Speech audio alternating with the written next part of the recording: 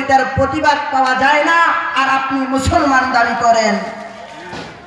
তুমি নবীর উম্মত দাবি করো, সুন্নাহ মানো না, নবীর অপমানে তোমার হৃদয় কাঁদে না।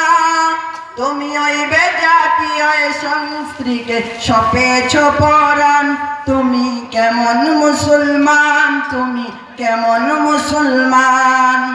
তুমি সুদের টাকায় প্রাসাদ গড়ো, ঘুষ ছাড়ো না, দিন দুঃখী না খেয়ে থাকে, খবর রাখো না। ঠিক না? মুসলমান দাবি করে, নিজের জমি জায়গার অভাব নাই, কিন্তু গ্রামের ভাইগুলো না খেয়ে মারা যাচ্ছে, খবর রাখে না। কথা বলেন ঠিক কিনা? তুমি সুদের টাকায় প্রাসাদ গড়ো, ঘুষ ছাড়ো না, দিন দুঃখী না খেয়ে থাকে, খবর রাখো না। তুমি ওই ঘুষ খেয়েও বিচার করো, সাজিয়া প্রধান, তুমি এমন মুসলমান, তুমি কেমন মুসলমান, তুমি কেমন মুসলমান? কথা বলেন ঠিক কিনা? মুসলমান ভাইরা আমার, আসলে ভাই আলোচনা করতে গেলে লম্বা সময় লাগে, লম্বা সময় ছাড়া আলোচনা করা যায় না। যেহেতু এশার আজানের সময় হয়ে যাচ্ছে, আমি বেশি আলোচনা করব না। এই মুসলমান নবীর উম্মতের দল, আমরা নিজেরাই যদি আমাদের ঈমানটাকে আমরা পরীক্ষা করতে চাই রে ভাই, তাহলে আমাদের এইটা উপায় আছে যে ভালো কাজে যদি আমাদেরকে ভালো লাগে, বুঝতে হবে আমাদের ঈমান ঠিক আছে। আর যদি ভালো কাজে যদি আমাদের মনগুলো যদি না বসে, ভালো কাজে যদি আমাদেরকে ভালো না লাগে, বুঝতে হবে আমাদের ঈমানের মধ্যে ভেজাল ঢুকে গেছে। এই জন্য শয়তানের কাজ হলো আল্লাহ এবং তার রাসূলের কাজগুলো মানুষের চোখের সামনে খারাপ ভাবে উপস্থাপনা করা, আর দুনিয়ার যত শয়তানি আকাম উকাম কাজ আছে এগুলো মানুষের সামনে ভালোভাবে উপস্থাপনা করা। ঠিক কিনা? এই জন্য অনেক মানুষ এই নতুন হাট বাজারে মাহফিল শোনার জন্য আসছে, কিন্তু মাহফিলের প্যান্ডেলে বসতে পারে নাই। কারণ মাহফিলের প্যান্ডেলে বসলে ভালো লাগে না, তার মানে ওর ঈমানের মধ্যে ভেজাল ঢুকে গেছে। ঠিক কিনা? এই জন্য বাবারা নামাজ পড়ে মক্কা শরীফ জিয়ারত করে আসছে হাজী সাহেব, কিন্তু সুদ খায় আছে না নাই, হারাম খায় আসে না নাই, ভাইয়ের সম্পদ বোনের সম্পদ মারে খায় আছে না নাই? কারণ হলো ওর ঈমানের মধ্যে ভেজাল ঢুকে গেছে। ঠিক কিনা? শিক্ষার জোরে ডিগ্রির ভারে সাহেবের মাজা বাঁকা, মুস্কি ঘেঁষে সব অফিসে চলে যে সুদের টাকা। ঠিক কিনা? শিক্ষার জোরে ডিগ্রির ভারে সাহেবের মাজা বাঁকা, মুস্কি ঘেঁষে সব অফিসে চলে যে সুদের টাকা। শিক্ষিত মানুষদের, শিক্ষিত মানুষদের দেখে যাও রে ভাই, মানুষ দেখতে চলো এবার জাদু ঘরে যাই সবাই। হায়রে সাদের দুনিয়ায় মানুষ পাওয়া বড় দায়, মানুষ দেখতে চলো এবার জাদু ঘরে যাই সবাই। কথা বলেন ঠিক কিনা? এই জন্য অনেক মানুষ দেখবেন নামাজের সময় সামনের কাতারে গিয়ে নামাজ আদায় করে, হজ করে আসে প্রতি বছরে, কিন্তু সুদের সাথে জড়িত আছে না নাই? এইরকম করে আল্লাহর একজন ওলি ছিলেন, মানসুর বিন আম্মার তার নাম ছিল। মানসুর বিন আম্মার বলেন, আমার একজন বন্ধু ছিল রে ভাই, ওই বন্ধু প্রতিদিন জেনা করত, চুরি করত, খারাপ কাজ করত, নারী লইয়া রাতের বেলা রাত কাটাইতো। কিন্তু আমি আমার বন্ধুকে একদিন হাদিস এবং কোরআনের কথাগুলো শুনাইলাম। শোনানোর পর আমার বন্ধুকে আমি তাকায় দেখলাম, আমার বন্ধু পরের দিন থেকে 5 বেলার নামাজ পড়তে সবার আগে আসে। কিন্তু আমার বন্ধুকে নজর করে দেখলাম মাঝে মধ্যে আমার বন্ধুর বাড়িতে যাওয়ার পরে দেখি আমার বন্ধু মাঝে মধ্যে কোরআন শরীফ পাঠ করে, কিন্তু আমি দেখতে দেখতে একদিন নজর করে দেখি আমার বন্ধু আর নামাজের মধ্যে আসে না। আমি তার বাড়িতে চলে গেলাম।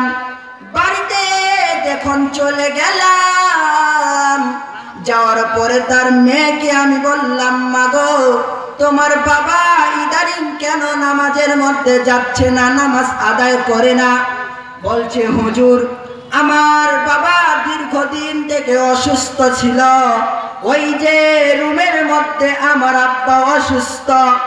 মানসুর বিন আম্মার বলেন, আমি আমার বন্ধুর সাথে যখন সাক্ষাৎ করতে গেলাম, আমার বন্ধু বলল, ভাই, আমি তো দীর্ঘদিন থেকে অসুস্থ। মানসুর বিন আম্মার বলেন, ও বন্ধু, তুমি যে এই অবস্থায় আছো, তোমার জবান দিয়ে বলো না রে বন্ধু, লা ইলাহা ইল্লাল্লাহ মুহাম্মাদুর রাসূলুল্লাহ। মানসুর বিন আম্মার যখন জবান দিয়ে কালিমা পড়ছে, তার বন্ধু বেহুশ হয়ে পড়ে গেছে। এবার মানসুর বিন আম্মার বলেন, বন্ধু, তোমার সামনে যখন আমি এরকম করে কালিমা পড়ি, আল্লাহর নামের জিকির করি, তুমি কেন শুনতে পাও না? তুমি কেন বেহুশ হয়ে পড়ে যাও? ওই সময় বলতেছে, রে বন্ধু, আমি অনেক আগে খারাপ কাজ করছি, কিন্তু ইদানিং নামাজ পড়া শুরু করেছি। কিন্তু দিনের বেলায় আমি নামাজ পড়ি, রাতের বেলায় আমি মদ পান করি। এরকম করতে করতে একদিন আমি অসুস্থ হয়ে গেলাম। অসুস্থ হয়ে যাওয়ার পরে আমার বিবিকে আমি বললাম, আমার বিবি, ওই যে কোরআনটা আমার বুকের মধ্যে দাও। আমার বিবি যখন কোরআনটা আমার বুকের মধ্যে দিল, দুয়ার পর আমি আল্লাহরে বললাম, রে মালিক, এই কোরআনের কসম খেয়ে বলছি, আমি আর রাতের বেলায় মদ পান করব না, আমি দিনের বেলায় নামাজ আদায় করব। আল্লাহর কসম বন্ধু, আমি আল্লাহর রহমতে সুস্থ হয়ে গেলাম। এরকম করে একবার অসুস্থ হয়ে গেলাম, কোরআন নিয়ে আল্লাহকে বললাম, সুস্থ হয়ে গেলাম। এরকম করতে করতে 3 বার আমি অসুস্থ হয়ে পড়েছিলাম, 3 বারে আমি সুস্থ হয়ে গেছি। এরপর এখন আমি অসুস্থ হয়ে পড়েছি রে বন্ধু।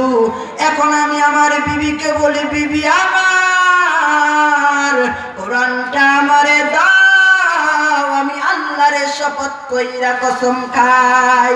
ও বন্ধু, এখন আমি কোরআনটা হাতে লইয়া তাকায় দেখি, এই কোরআনের মধ্যে কোনো আয়াত দেখা যায় না। কারণ ভাই 3 বার ভুল করেছে, আল্লাহর কাছে ক্ষমা চাইছে। কথা বলেন ঠিক কিনা? এই জন্য আমাদের সমাজে অনেক মানুষ আছে, দেখবেন মক্কা শরীফ জিয়ারত করে আসছে, এরকম করে 5 বেলার নামাজ আদায় করে, কিন্তু দেখবেন সুদের সাথে জড়িত, ঘুষের সাথে জড়িত, মদ খায়, আছে না নাই? আসলে তারা হাজি না, তারা নামাজি না, তারা হলো শয়তান। কথা বলেন ঠিক কিনা? দেখবেন মসজিদের সভাপতি হুজুরের উপরে নির্যাতন করে কি করে না? মাদ্রাসার সভাপতি হুজুরের উপরে নির্যাতন করে কি করে না? আমি কি ভুল বললাম না কি রে বাবা? ও মুসলমান নবীর উম্মতের দল, আমি তো আপনাদেরই সন্তান। কথা বলেন ঠিক কিনা? এই জন্য নামাজ পড়লেই যে নামাজি, এটা ঠিক না। 5 ওয়াক্ত নামাজ পড়ে কপালে তার দাগ, মক্কাতে যায় নামের আগে লাগায় হাজি সাহেব। কথা বলেন ঠিক কিনা? 5 ওয়াক্ত নামাজ পড়ে কপালে তার দাগ, মক্কাতে যায় নামের আগে লাগায় হাজি সাহেব। ভাইরে, চায় দোকানে বসে হাজি টেলিভিশন চায়, হিন্দি গানের তালে তালে পা দুটি নাচায়। ভাইরে, হিন্দি গানের তালে তালে পা দুটি নাচায়। আমাদের কপালেতে শান্তি বুঝি নাই। ভাইরে, এত দুঃখ রাখবো কোথায়, রাখার জায়গা নাই। এত দুঃখ রাখবো কোথায়, রাখার জায়গা নাই। আমাদের কপালেতে শান্তি বুঝি নাই। ভাইরে, আমাদের কপালেতে শান্তি বুঝি নাই। সুদে ঘুষে জীবন কাটে করে দুর্নীতি, কথা বলেন। সুদে ঘুষে জীবন কাটে করে দুর্নীতি, এমন লোক হয় যদি মসজিদের সভাপতি, ঠিক কিনা? সুদে ঘুষে জীবন কাটে করে দুর্নীতি, এমন লোক হয় যদি মাদ্রাসার সভাপতি। উচিত কথা কইতে গেলে মোল্লার চাকরি নাই ভাইরে, সত্য কথা বলতে গেলে হুজুরের চাকরি নাই। আমাদের কপালেতে শান্তি বুঝি নাই ভাইরে, হুজুরের কপালেতে শান্তি বুঝি নাই। এত দুঃখ রাখবো কথায় রাখার জায়গা নাই, এত দুঃখ রাখবো কথায় রাখার জায়গা নাই। হুজুরের কপালেতে শান্তি বুঝি নাই ভাইরে, হুজুরের কপালেতে শান্তি বুঝি নাই। সমাজেতে অসঙ্গতি বলবো কত আর, ঠিক কিনা? সমাজেতে অসঙ্গতি বলবো কত আর, গায়ের জোরে বিচার প্রতি ঘুষের কারবার ভাইরে, ক্ষমতার জোরে বিচার প্রতি ঘুষের কারবার, ঠিক কিনা? গরিব দুঃখী টাকার লাগি বিচার নাহি পায় ভাইরে, আমাদের কপালেতে শান্তি বুঝি নাই ভাইরে, আমাদের কপালেতে শান্তি বুঝি নাই। বড় ছোট নাই ভেদাভেদ, কথায় মান সম্মান, ঠিক কিনা? বড় ছোট নাই ভেদাভেদ, কথায় মান সম্মান। বাপের সমান মুরব্বিকে করছে অপমান ভাইরে, বাপের সমান মুরব্বিকে করছে অপমান ভাইরে। 8 বছরের পোলা যদি সামনে বিড়ি খায় ভাইরে, 8 বছরের পোলা যদি সামনে বিড়ি খায়, আমাদের কপালেতে শান্তি বুঝি নাই ভাইরে, আমাদের কপালেতে শান্তি বুঝি নাই। এত দুঃখ রাখবো কথায় রাখার জায়গা নাই ভাইরে, এত দুঃখ রাখবো কথায় রাখার জায়গা নাই। আমাদের কপালেতে শান্তি বুঝি নাই, কথা বলেন ঠিক কিনা?